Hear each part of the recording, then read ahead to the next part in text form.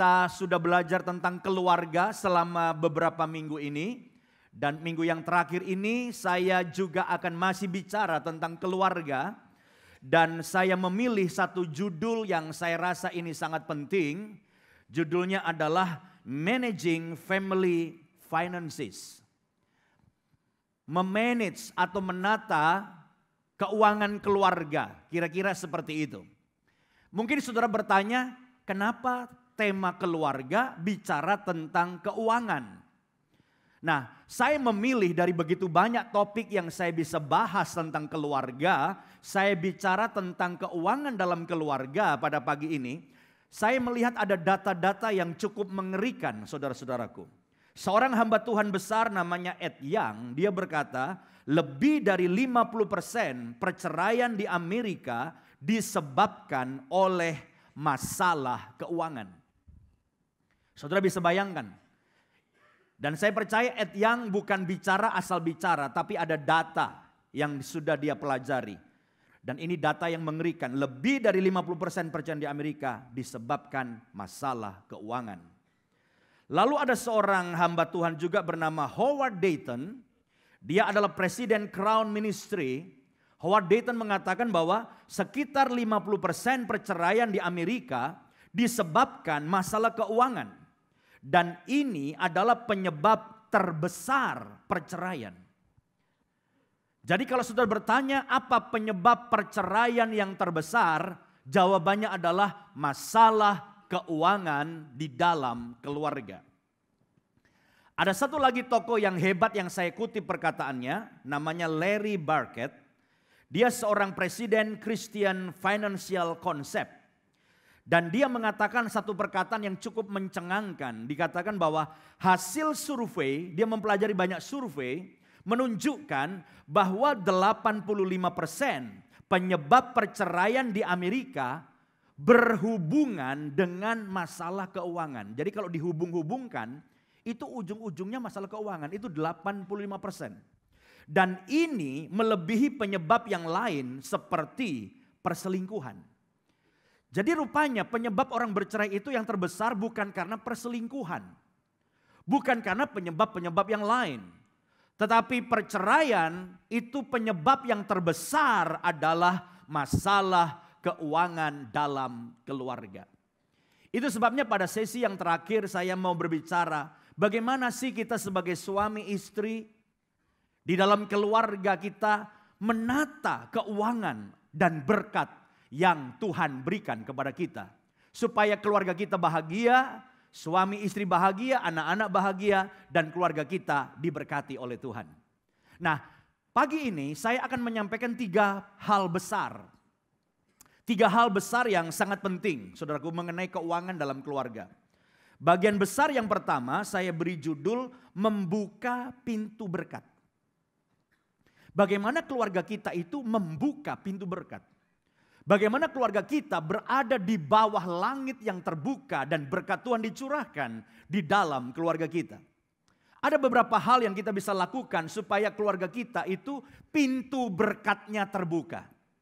Yang rindu pintu berkatnya terbuka katakan amin. Mari kita belajar saudaraku. Yang pertama kita bisa membuka pintu berkat lewat yang namanya bersyukur. Keluarga yang diberkati Tuhan adalah keluarga yang tahu bersyukur. Suami bersyukur, istri bersyukur, anak-anak bersyukur. Nah disitulah Tuhan mencurahkan berkat. Di dalam Markus pasal 6 ayat 41, coba saudara lihat. Ada satu peristiwa yang luar biasa. Bahwa lewat bersyukur Tuhan mencukupkan kebutuhan yang rasa-rasanya tidak mungkin bisa cukup. Markus 6 ayat 41 berkata begini. Dan setelah ia mengambil 5 roti dan 2 ikan itu, ia menengadah ke langit dan mengucap berkat. Dalam ayat yang lain dikatakan mengucap syukur. Lalu memecah-mecahkan roti itu dan memberikannya kepada murid-muridnya. Supaya dibagi-bagikan kepada orang-orang itu. Begitu juga kedua ikan itu dibagi-bagikannya kepada semua mereka. Ya berhenti sampai di sini. Saya rasa saudara semua tahu kisah bagaimana Yesus memberi makan 5.000 orang laki-laki saja. Belum istrinya, perempuan dan anak-anak. Pasti jumlahnya bisa belasan ribu. Itu hanya dengan 5 roti dan 2 ekor ikan. Bagaimana mujizat itu terjadi? Alkitab berkata Yesus mengangkat 5 roti dan 2 ikan itu. Lalu Yesus berkata, mana cukup Tuhan, berkatnya dikit banget Tuhan, yang datang ribuan, begitu saudara? Tidak. Alkitab berkata Yesus mengangkat roti dan ikan itu dan dikatakan Yesus mengucap syukur. Terima kasih Bapa buat berkat-Mu. Dan sesudah Yesus mengucap syukur, roti dibagikan, ikan dibagikan, dan mujizat terjadi. Alkitab berkata semua orang makan kenyang, dan sesudah semua orang makan kenyang, sisa-sisanya dikumpulkan, masih sisa berapa saudara? 12 bakul. Saudara melihat, pada saat kita bersyukur, Tuhan mencukupkan segala kebutuhan kita. Tetapi kalau kita merasa berkat Tuhan kok dikit ya, berkat Tuhan kok rasanya nggak akan cukup untuk keluarga saya, untuk kebutuhan saya dan anak-anak saya. Kita ngomel dan ngomel dan ngomel. Pada saat kita ngomel, saya beritahu makin nggak cukup saudara. Itu sebabnya kita perlu bertobat. Suami perlu bertobat. Istri, apalagi saudaraku, perlu bertobat. Anak-anak perlu bertobat. Saya dorong setiap keluarga tiap pagi, suami, istri dan anak-anak bilang sama Tuhan, Tuhan, aku mau bersyukur buat berkat-Mu. Seberapa banyak yang Kau berikan, aku mau bersyukur. Dan aku percaya pasti cukup. Karena Tuhan memberkati. Yang percaya berikan kemuliaan bagi Tuhan. Haleluya. Yang kedua, bagaimana keluarga kita membuka pintu berkat? Dengan cara mengembalikan perpuluhan. Saya tidak sedang berkhotbah khusus tentang perpuluhan. Tapi saya mau mengatakan ini adalah salah satu kunci. Bagaimana pintu berkat dalam keluarga kita Tuhan bukakan. Maleakhi pasal 3 ayat 10-11 berkata begini. Bawalah seluruh persembahan persepuluhan itu ke dalam rumah perbendaharaan. Supaya ada persediaan makanan di rumahku. Dan ujilah aku, cobai aku. Dalam ayat-ayat yang lain Alkitab berkata jangan mencobai Tuhan. Tapi khusus tentang perpuluhan Alkitab berkata cobailah aku, ujilah aku. Firman Tuhan semesta alam. Apakah aku tidak membukakan bagimu tingkap-tingkap langit. Dan mencurahkan berkat kepadamu sampai berkelimpahan. Tuhan janji keluarga yang membayar perpuluhan Tuhan buka tingkap langit. Engkau berada di bawah berkat Tuhan yang tercurah. Untuk keluargamu. Lalu ayat 11. Aku akan menghardik bagimu belalang pelahap. Supaya jangan dihabisinya hasil tanahmu. Dan supaya jangan pohon anggur di padang tidak berbuah bagimu. Firman Tuhan semesta alam. Jadi janji Tuhan bagi setiap keluarga yang membayar perpuluhan. Bukan saja keluargamu diberkati. Tapi Tuhan memprotek berkat itu. Sehingga dikatakan aku menghardik belalang pelahap. Apa itu belalang pelahap?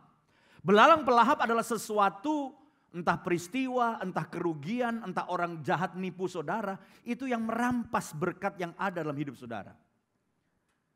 Ada orang yang income-nya banyak tapi nggak cukup. Kenapa? Istrinya sakit. Istrinya sembuh, anaknya sakit. Anaknya keluar dari rumah sakit, pembantunya kesiram minyak panas.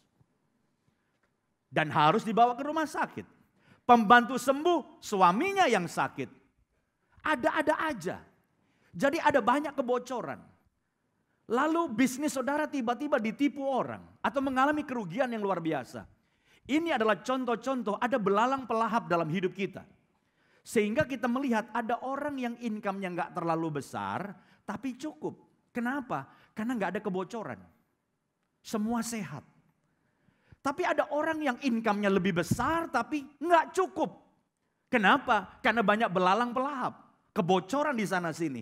Tetapi Tuhan janji, setiap keluarga yang membayar perpuluhan, aku buka tingkap langit, kata Tuhan.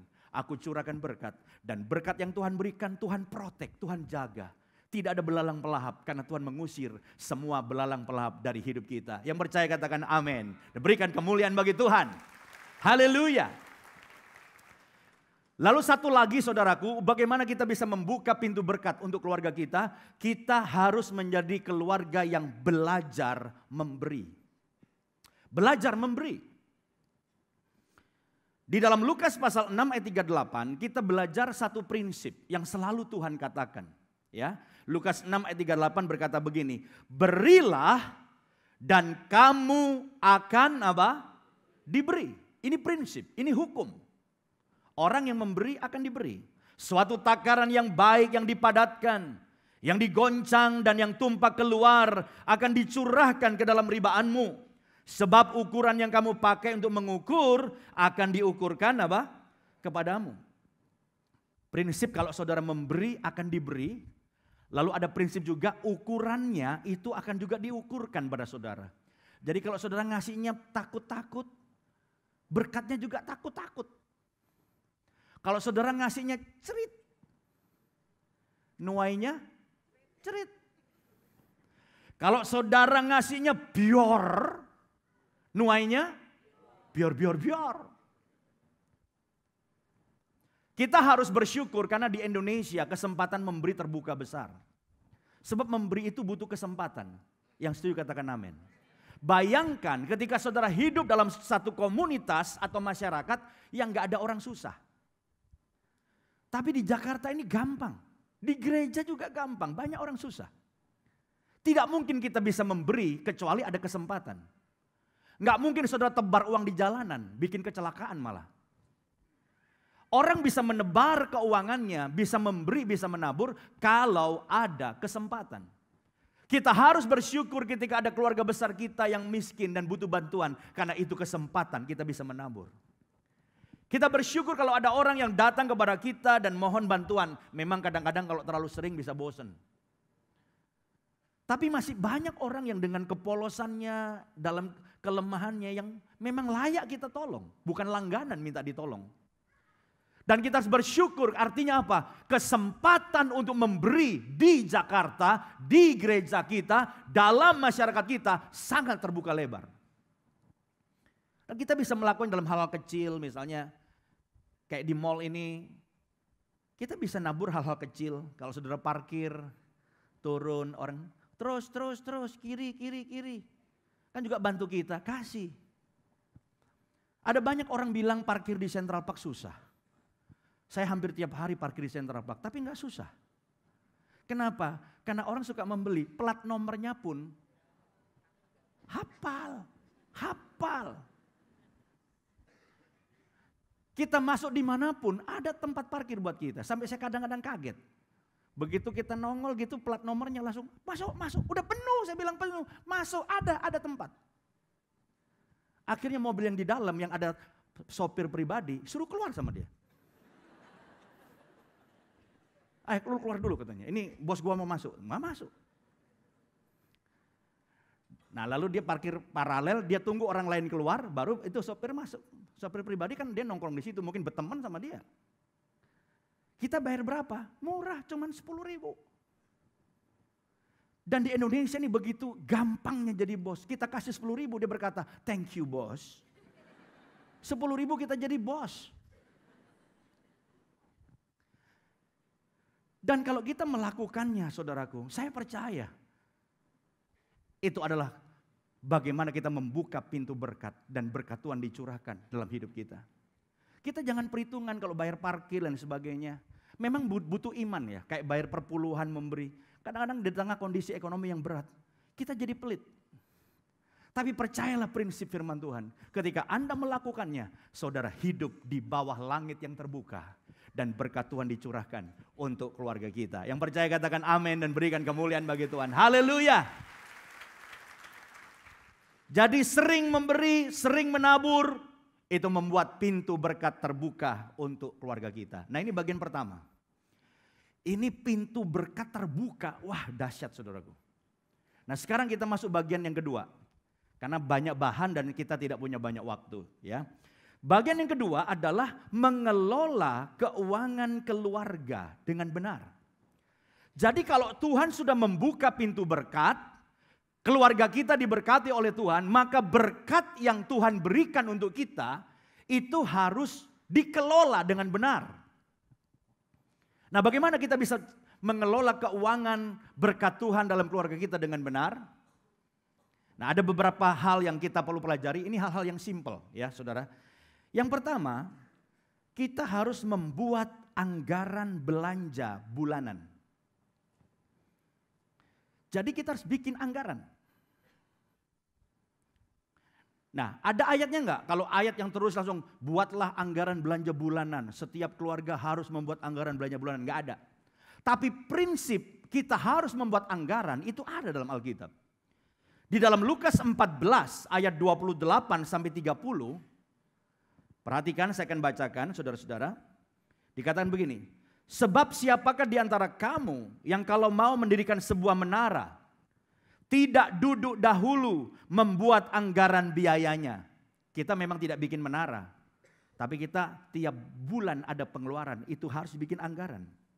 Kalau cukup uangnya untuk menyelesaikan pekerjaan itu, supaya jikalau ia sudah meletakkan dasarnya dan tidak dapat menyelesaikannya, jangan-jangan semua orang yang melihatnya mengejek dia. Sambil berkata, orang itu mulai mendirikan, tetapi ia tidak sanggup menyelesaikannya. Nah, firman Tuhan mengajar pada kita bahwa kita sangat penting menghitung biayanya, menghitung anggarannya. Jadi keluarga ini kan ada pengeluaran tiap bulan.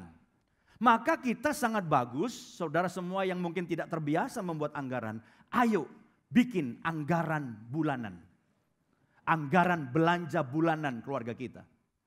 Saudara mungkin menatap saya dan bertanya, berdasarkan apa Pak anggaran itu dibuat? Kalau menurut saudara berdasarkan apa? Berdasarkan kekayaan tetangga? Atau berdasarkan apa? Saudara setuju nggak kalau anggaran itu dibuat berdasarkan pemasukan kita dong? Setuju? Iya. Jadi jangan saudara lihat tetangga yang kaya lalu ngikut bikin anggaran yang sama.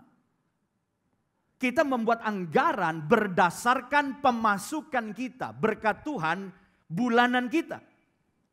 Dan jangan lebih. Katakanlah kalau saudara 25 juta income-nya, ya bikinlah maksimal 20, 23 gitu. Masih ada lebih. Kalau saudara income-nya 50 juta sebulan, maka anggarannya katakanlah 40 atau 45, masih ada yang bisa ditabung. Jangan income-nya 50 juta, anggarannya 60 juta. Kalau income 50 juta, anggaran 60 juta, tekor berapa? Nah, jangan hutang untuk biaya hidup. Kalau saudara bisnismen hutang oke, tapi untuk bisnis. Ada hitungannya sendiri. Tapi untuk makan, minum, beli pakaian, untuk sekolahkan anak atau biaya-biaya bulanan, jangan sekali-kali kita pakai hutang. Yang setuju katakan amin. Ya, jadi bikin anggaran tiap bulan. Setuju saudara? Oke, lalu selanjutnya apa? Catat setiap pengeluaran. Catat setiap pengeluaran. Loh, tadi kan sudah ada anggarannya, betul. Tapi kadang-kadang ada pengeluaran-pengeluaran kecil. Pengeluaran-pengeluaran kecil ini jangan dianggap sepele saudaraku. Sebab jika dikumpulkan seringkali menjadi pengeluaran yang besar dan bisa membuat kita over budget. Dan tiba-tiba kita berpikir, kok duit habis? Dibeliin apa aja ya? Pernah gak saudara dengar seperti itu? Kok duit gua udah habis nih? Masih tengah bulan kok udah habis? Karena saudara over budget, ada pengeluaran-pengeluaran kecil yang kita gak catat. Seperti apa misalnya saudaraku? Seperti misalnya uang parkir. Kalau saudara parkir di Central Park, saya kantor di sini. Itu satu hari kalau datang pagi, pulangnya sampai malam, kira-kira berapa parkirannya? Jam pertama goceng. Ya kan? Terus jam berikutnya 4.000, 4.000, 4.000. Seringkali ketika saya keluar, minimal 45, kadang-kadang 52, 51. Mungkin kita berpikir, uang parkir. Tapi kalau dikaliin saudaraku, katakan 20 hari deh kita ngantor. Kali 50.000, berapa saudara? 1 juta.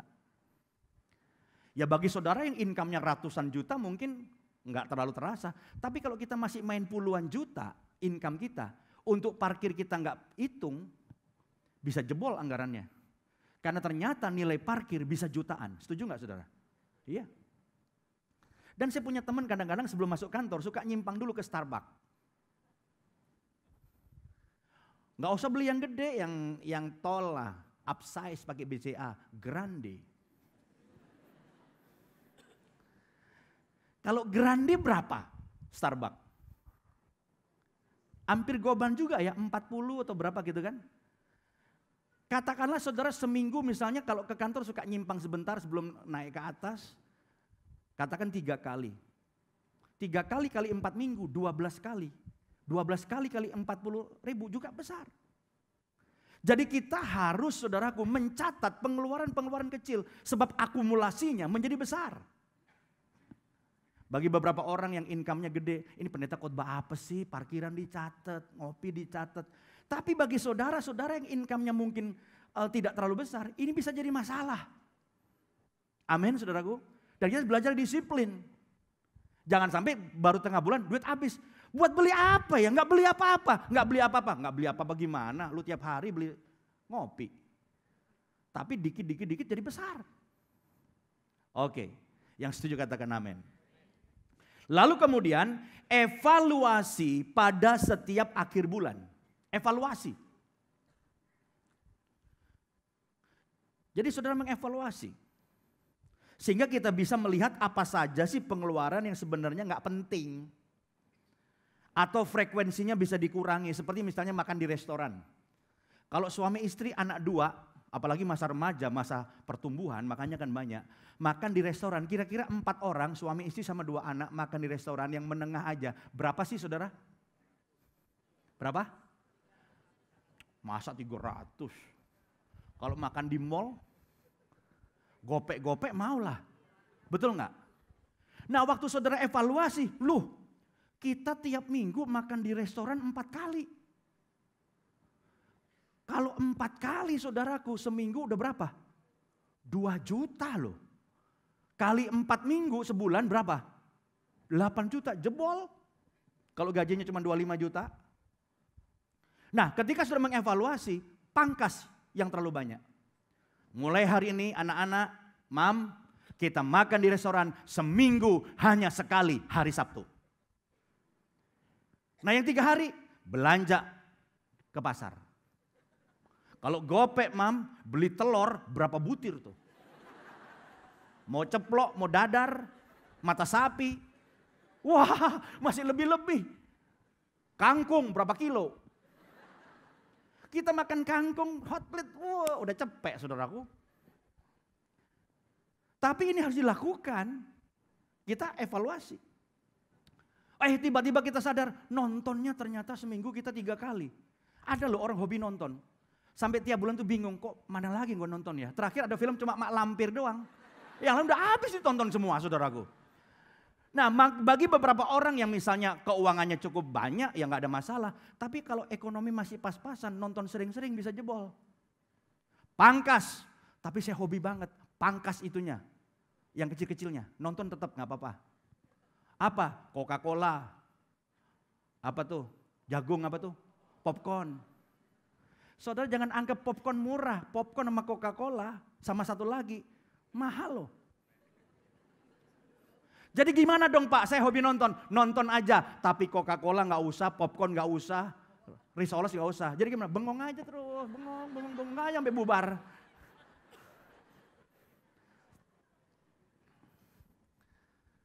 Saudara harus mengevaluasi keuangan saudara. Nah sebetulnya yang saya sampaikan ini sudah melewati karena poin selanjutnya adalah pangkas setiap pengeluaran yang tidak penting. Pokoknya kalau saudara sudah mengevaluasi ini nggak penting, pangkas. Ibrani 13 ayat 5 berkata begini, janganlah kamu menjadi hamba uang dan cukupkanlah dirimu dengan apa yang ada padamu. Karena Allah telah berfirman, aku sekali-kali tidak akan membiarkan engkau dan aku sekali-kali tidak akan meninggalkan engkau. Pokoknya nggak usah ikut-ikutan orang, cukupkan dirimu dengan apa yang ada. Nggak usah bandingkan, itu anak orang lain, enak, papi, mami, atau dia begitu. Tiap keluarga ada berkatnya. Anak-anak harus tahu diri, istri tahu diri, suami juga tahu diri, tiga-tiganya tahu diri. Cukupkan dengan apa yang ada. Dan barang-barang yang nggak perlu, nggak usah. Kadang-kadang keuangan kita masih pas-pasan, tapi kita tiap kemana harus beli tas. Tiap pergi kemana beli tas. Kalau saudara nggak percaya ya nanti itu kan tas kadang-kadang banyak di lemari kan. Saudara ngumpet tanpa sepengetahuan istri, ambil satu tas. Yang udah cukup lama dia beli. Terus taruh ke tempat yang lain atau kemudian tawarkan kepada istri Anda. Pasti bisa dibeli lagi itu tas. Dia lupa. Dia lupa itu tasnya dia. Tapi kalau saya diberkati Tuhan boleh nggak? Boleh, silakan. Tapi kita kalau uang masih pas-pasan, ya berpadan dengan apa yang ada. Cukupkan dirimu dengan apa yang ada. Tapi saya kaya, sekaya-kayanya orang kalau kita nggak ngatur keuangan bisa habis. Gunung aja digali terus, lama-lama juga bisa apa? Habis. Ini ada dua pesohor nih ya, dua orang hebat terkenal. Saya kasih contoh. Yang pertama, contoh pertama namanya Michael Jackson. Siapa nggak kenal Michael Jackson? Sudah meninggal orangnya. Saya baca ya supaya saya nggak perlu mengingat-ingat takut datanya salah. Sampai tahun 2009 Michael Jackson dikenal sebagai entertain yang sukses. Tidak hanya di Amerika tetapi juga di dunia. Pada tahun 1991 Michael Jackson menandatanganin kontrak $1 miliar. Gede nggak $1 miliar? Apalagi kurs sekarang kan, wah besar. Dan menjual lebih dari 750 juta keping CD rekamannya. Tetapi Michael Jackson yang kaya, yang hebat ini punya kebiasaan buruk. Dan salah satu kebiasaan buruknya adalah dia kalau belanja tidak pakai anggaran. Dia hobi belanja yang mahal-mahal dan salah satunya itu yang foto di sebelahnya itu rumahnya di Neverland Ranch. Tahun 98 Michael Jackson membeli rumah itu dengan harga $17 juta. Untuk level dia kecil. Persoalannya yang mulai menggerogoti dia adalah bahwa setiap tahunnya biaya perawatan gedung itu, rumah yang besar itu, cleaning service-nya lah, $10 juta. Bayangin untuk cleaning service, potong rumput $10 juta. Dengan kurs yang hampir 15.000 sekarang, berapa saudaraku? Antar hitung 14.500 deh, 145 miliar. Coba untuk bayar tukang ngepelnya sama potong rumputnya 145 miliar. Dan apa yang terjadi? Michael Jackson akhirnya pada waktu mati saudaraku. Dia nggak mewariskan apapun. Bahkan dia gagal mewariskan kekayaan dari polis asuransinya karena hangus atau lapse. Hal ini disebabkan orang kepercayaannya berhenti membayar polis asuransinya beberapa bulan sebelum Michael Jackson meninggal. Saudara bisa bayangkan orang begitu kaya, kontraknya $1 miliar, akhirnya waktu mati nggak ada apa-apa pun. Ya mungkin sekarang orang lelang ini barang-barangnya masih jadi duit sih. Tapi secara uang cashnya pada waktu dia mati habis. Saudara bisa bayangkan orang sekaya itu. Satu lagi pesohor yang saudara pasti kenal juga namanya Mike Tyson. Itu fotonya Mike Tyson. Mike Tyson yang juga dapat gelar si leher beton adalah juga salah satu kasus orang yang gagal mengelola keuangan pribadi. Selama karirnya ditinju, Mike Tyson berhasil mendapatkan penghasilan $400 juta. Wow, besar. Belum hal-hal yang lain yang bisa dapatkan. Tetapi kasusnya mirip seperti Michael Jackson. Tyson mengejar satu kata, wah. Gaya hidup, wah. Rumah yang wah, mobil yang wah, baju yang wah, semuanya mahal. Dan akhirnya membawa dia kepada kebangkrutan ketika dia bercerai tahun 2003. Waktu tahun 2003 dia bercerai, uangnya habis, bahkan hutangnya $27 juta. Habis. Inilah contoh orang-orang yang walaupun kaya tapi nggak punya anggaran. Anggaran belanjanya nggak dibuat. Akhirnya apa? Akhirnya uangnya yang banyak habis. Saya mendorong setiap saudara ya yang diberkati Tuhan pun ya kita bikin anggaran mungkin lebih longgar. Tapi yang uangnya yang lebih dikit lagi, ayo bikin anggaran lebih disiplin lagi. Dan saya percaya dengan pertolongan Tuhan dan anugerah Tuhan, kita mengelola keuangan dengan baik, Tuhan buka pintu berkat, maka keluarga kita menjadi keluarga yang bahagia dan tidak stres karena masalah keuangan. Yang setuju katakan amin. Dan berikan kemuliaan bagi Tuhan. Haleluya. Bagian ketiga yang terakhir yang ingin saya sampaikan pada pagi ini adalah kita harus membangun sumber pemasukan baru. Membangun sumber pemasukan baru.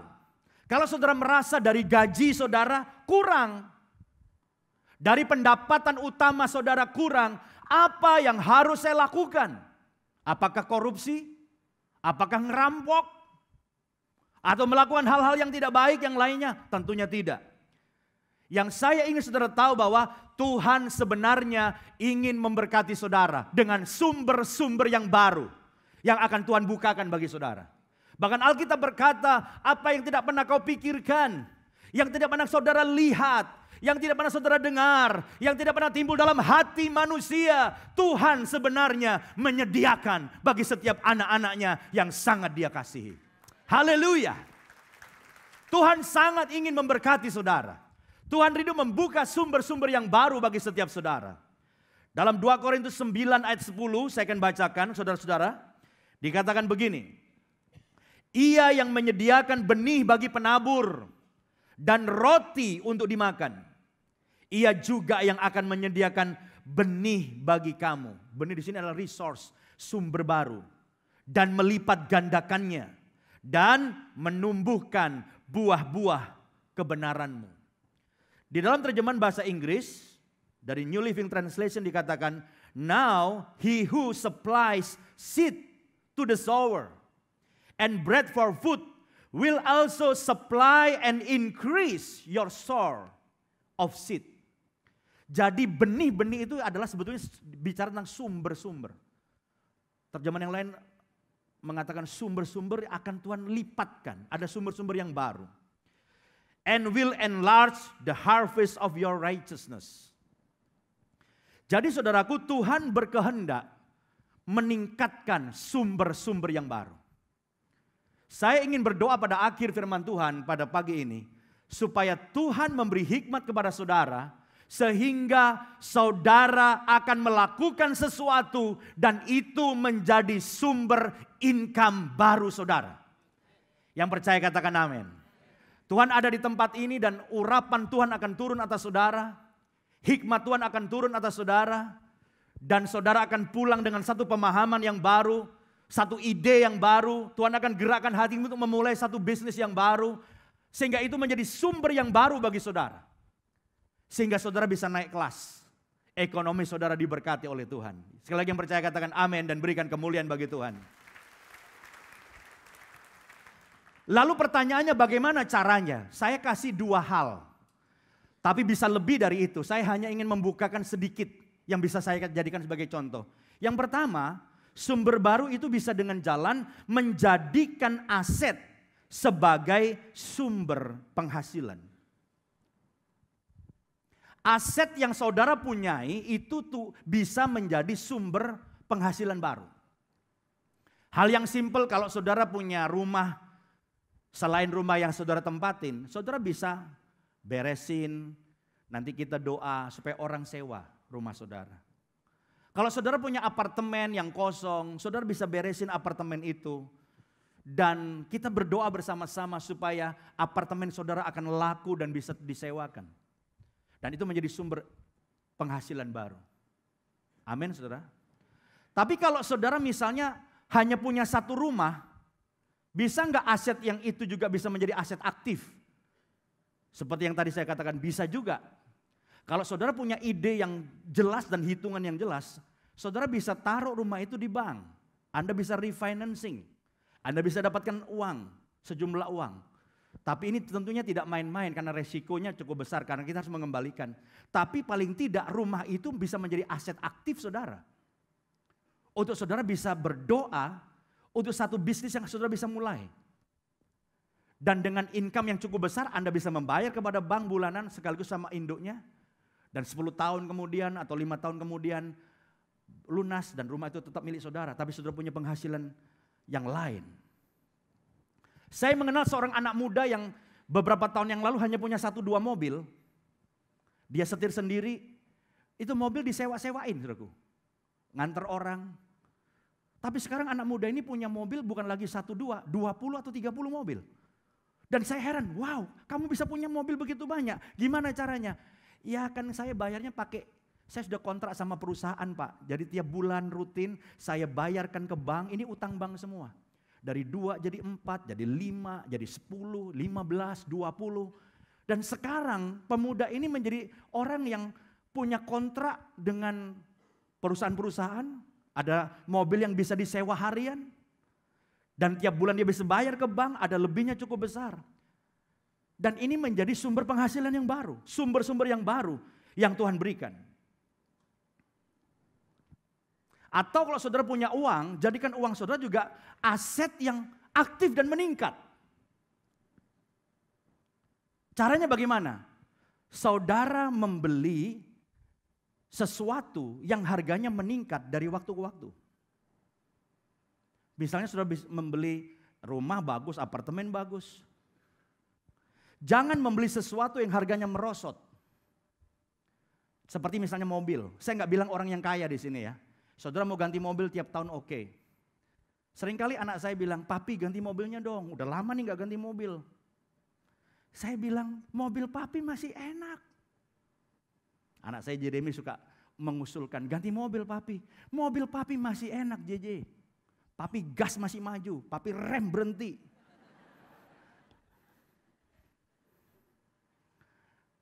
Nggak kehujanan, nggak kepanasan. Nggak, dan memang mobil masih enak.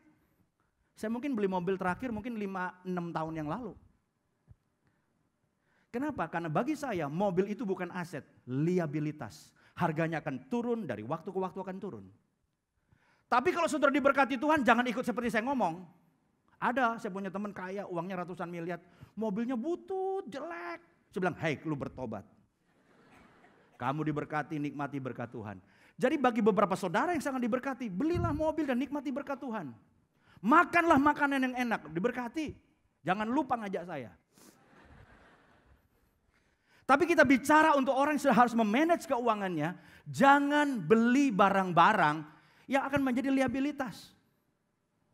Berapa banyak orang sekarang mengeluh karena beli mobilnya udah susah, ke bengkelin juga susah. Ngapain? Anak-anak muda yang sedang meniti karirnya, saya katakan beli mobil yang pas aja bisa jalan. Enggak usah yang mahal-mahal, yang mewah-mewah. Buat dapat gebetan Pak, gebetan. Utang gak bisa bayar. Amin saudaraku. Jadi jangan lari ke mobil atau baju yang mahal-mahal. Karena pakaian ini liabilitas. Saya mulai belajar-belajar juga ya. Orang bilang wah Pak Yosya lumayan, penampilan oke. Tapi baju saya gak ada yang mahal. Saya punya teman hamba-hamba Tuhan, wah kalau beli celana berani. Celananya berapa juta. Ini celana saya berapa beli ya? Gak sampai gopek saudara. Yang penting kan rapi. Ada orang pakai jas 30 juta, berapa puluh juta, gak penting juga. Tapi kalau sudah uangnya ratusan miliar, belilah yang bagus. Yang sedang bergumul, yang sedang berjuang untuk naikin kelas, semua keuangan saudara harus dipergunakan menghasilkan keuangan lagi. Belilah sesuatu yang meningkat. Jangan barang-barang konsumtif seperti pakaian, mobil, atau gaya hidup yang menghabiskan uang saudara. Kalau saudara diberkati Tuhan, beli tanah, tanah pasti naik. Nggak ada tanah akan turun karena tidak akan diproduksi lagi. Yang setuju katakan amin. Jadi jadikan aset saudara aset aktif. Yang terakhir, kita bisa memiliki sumber-sumber yang baru dengan cara meningkatkan bakat, potensi, hobi kita menjadi sumber penghasilan. Coba saudara berdoa pada Tuhan supaya Tuhan menunjukkan pada saudara apa bakat saudara. Apalagi kalau bakat itu hobi saudara. Itu bisa jadi uang. Beberapa anak muda di gereja kita banyak sekarang yang suka hobinya, suka nolong temannya ulang tahun dan sebagainya. Mulai buka IO. Dan waktu ketemu setelah beberapa lama saya tanya, kamu dapat income berapa? Saya kaget. Ini anak-anak muda yang baru lulusan kuliah, yang bisa dibagi tiap bulan ratusan juta. Dan saya tanya, kamu ada niat gak untuk kerja di bank? Wah gak perlu Pak, ini mah jauh lebih gede. Itu hobi, bakat mereka. Dan tiba-tiba menghasilkan keuangan yang luar biasa. Saya melihat pada masa-masa kritis dan krisis yang ada, masa ekonomi yang berat, saya melihat ibu-ibu bisa bangkit. Ketika suaminya hebat, gagah, cari uangnya luar biasa, ibu rumah tangga biasa. Dan selalu kalau ngomong, ini di rumah aja, dia gak bisa cari duit. Tapi ketika suaminya mendadak stroke, saudaraku. Suaminya yang gagah tiba-tiba di kursi roda. Tiba-tiba banyak wanita-wanita jadi wanita superhero. Bangkit dan jago cari duit. Saya sering menceritakan berapa banyak wanita-wanita yang hanya dari catering. Karena punya bakat dan hobi memasak. Dan kemudian dikembangkan karena suaminya udah gak bisa cari duit. Tiba-tiba sekarang beli rumah dari catering. Beli mobil dari catering. Kuliahin anak di luar negeri dari catering. Luar biasa. Hanya dari jualan kue. Saya suka lihat ya anak-anak sekarang. Ada yang kue-kue ulang tahun sekarang dibikinnya di depan mata kita ya banyak. Itu kecil-kecil harganya 500 ribu, 600 ribu gitu. Itu ada yang mulai dengan iseng-iseng karena hobi dan lain sebagainya. Dan ini yang saya doakan. Supaya setiap orang-orang muda kreativitasnya, hobinya, bakatnya ditingkatkan dan menjadi sumber baru. Dan Anda akan diberkati Tuhan dengan luar biasa. Saya berdoa akan bangkit orang-orang muda yang ekonominya diberkati. Saya berdoa para bisnismen di sini akan punya sumber-sumber baru yang tidak pernah kau pikirkan. Tuhan bukakan bagi saudara. Dan saya berdoa supaya setiap saudara akan menjadi kekuatan yang hebat di Indonesia dan akan memuliakan Tuhan lewat berkat Tuhan yang Tuhan berikan untuk hidup saudara.